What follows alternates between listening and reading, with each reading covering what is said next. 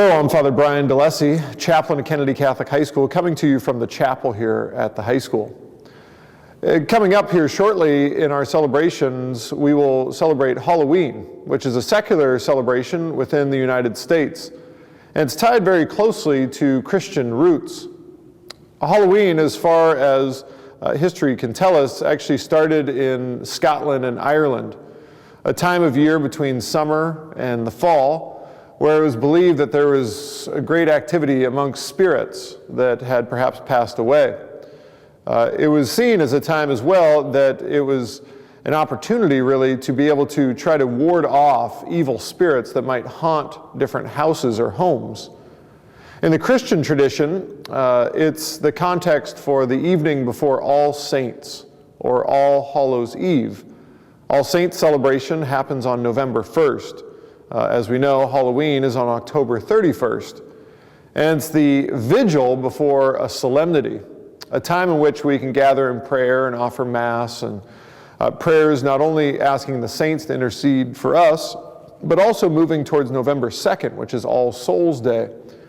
It was believed in the Middle Ages that when someone would die, they would wander the earth until All Saints, where they would be prayed for, all souls, where hopefully they would obtain the promises and graces of heaven.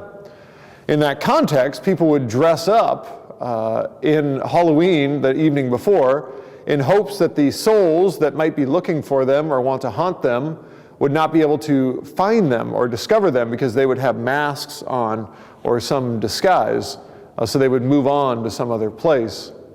This has been, of course, Americanized. Originally, Halloween was not celebrated in America really until all the Irish and Scottish immigrants started to come in the really 19th century immigration wave.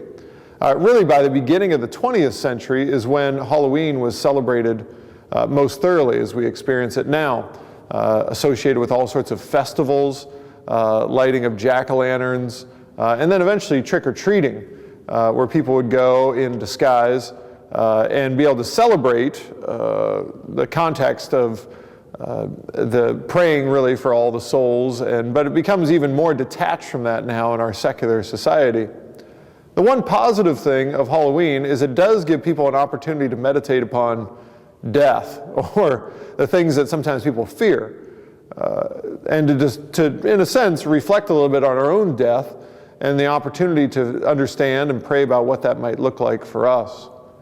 I always encourage people during Halloween to spend a little bit of extra time in prayer, because there are definitely some bad things that people do during Halloween. Not to get into all the details, but definitely around ideas of Wicca or witchcraft, etc. And those things are true. There's a certain truth behind them. Evil exists. Of course, we believe in the power of Christ, but I always encourage people to spend a little extra time in prayer and not to open themselves up to opportunities for evil, as always. A little bit of background on Halloween. Be safe. God bless.